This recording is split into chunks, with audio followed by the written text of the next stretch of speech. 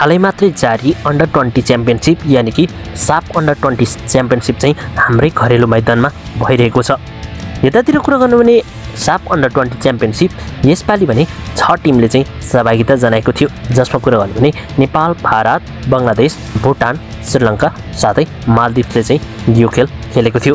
जसमा कुरा गर्ने भने चाहिँ यी 6 टोलीलाई चाहिँ 2 समूहमा विभाजन गरिएको थियो। जहाँनिर कुरा गर्ने भने समूह एबाट चाहिँ नेपाल शीर्ष स्थानमा रहँदै सेमिफाइनलको आफ्नो ठाउँ पक्का गरेको थियो भने त्यस्तै समूह बीबाट चाहिँ भारत शीर्ष स्थानमा रहँदै आफ्नो सेमिफाइनलको ठाउँ चाहिँ पक्का गरेको थियो। यससँग कुरा गर्ने भने चाहिँ बङ्गलादेश र भुटान भने 3 अङ्कसहित दोस्रो स्थानमा रहँदै आफ्नो सेमिफाइनलको टुङ्गो चाहिँ लगाएको थियो, यानि कि सेमिफाइनलको ठाउँ चाहिँ पक्का गरेको थियो। जहाँनिर कुरा गर्ने भने भर्खरै मात्रै सेमिफाइनलको पहिलो खेलमा भने नेपालले भुटानलाई पराजित गरेको थियो। यो सँगै नेपाल पहिलो टोली हो जो चाहिँ फाइनलमा प्रवेश गरेको थियो। त्यसैसँगै कुरा गर्ने भने चाहिँ सेमिफाइनलको दोस्रो खेलमा भने भारत र बङ्गलादेशको खेल भएको थियो, जहाँनिर चाहिँ बङ्गलादेशले चाहिँ भारतलाई पराजित गर्दै अन्ततः बङ्गलादेश फाइनलमा पुगेको छ। यो सँगै कुरा गर्ने भने चाहिँ अब भने नेपाल र बङ्गलादेशको फाइनल खेल हुने पक्का भएको छ।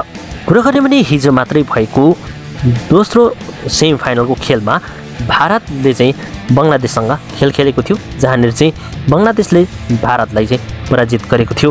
कुरा गर्ने भने दावेदार तथा साबिक विजेता भारतलाई चाहिँ हराउँदै बङ्गलादेशले चाहिँ जारी साफ अन्डर 20 च्याम्पियनसिपको फाइनलमा प्रवेश गरेको हो। एन्फा कम्प्लेक्समा भएको निर्धारित समयको खेलमा 1-1 गोलको बराबरीमा टुङ्गिएपछि खेलको निर्णय भने ट्राइब्रेकरबाट लिएको थियो। ट्राइब्रेकरमा भने बङ्गलादेशले भारतमाथि 4-3 को जित निकाल्दै फाइनलमा आफ्नो ठाउँ चाहिँ सुरक्षित बनाएको हो। यतातिर कुरा गर्ने भने चाहिँ बङ्गलादेश र भारतको कुरा गर्ने भने यो हारसँगै बङ्गलादेशले चाहिँ गत संस्करणको फाइनलमा भारतसँग हार बेहोरेको थियो, जसको बदला चाहिँ यो पालि मजाले नै लिएको छ भनेर चाहिँ भन्न सकिन्छ। अब बङ्गलादेशले फाइनलमा नेपालसँग खेल खेल्नेछ, जुन खेल भने अगस्त 28 तारिक बुधबारका दिन हुनेछ। अब भने नेपाल र बङ्गलादेशको फाइनल खेल चाहिँ कस्तो हुनेछ यो भने हामीले हेर्नै बाँकी छ।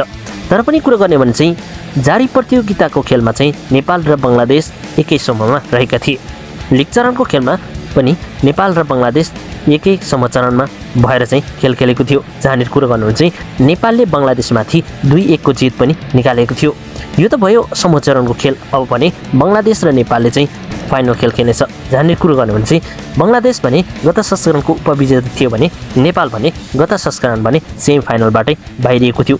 यो पालि कुरा गर्नु भने चाहिँ अब नेपाल भने बङ्गलादेशले गत संस्करणको जुन उपाधि जित्न नसकेको कारणले गर्दाखेरि पनि यो पालि भने अब बङ्गलादेशले चाहिँ यो उपाधि जित्ने होडमा रहेको छ भने त्यस्तै नेपालले चाहिँ आफ्नै घरेलु मैदानमा भइरहेको जुन खेलको ट्रफी आफैसँग राख्दै इतिहास रच्ने दाउमा नेपाल भने छ।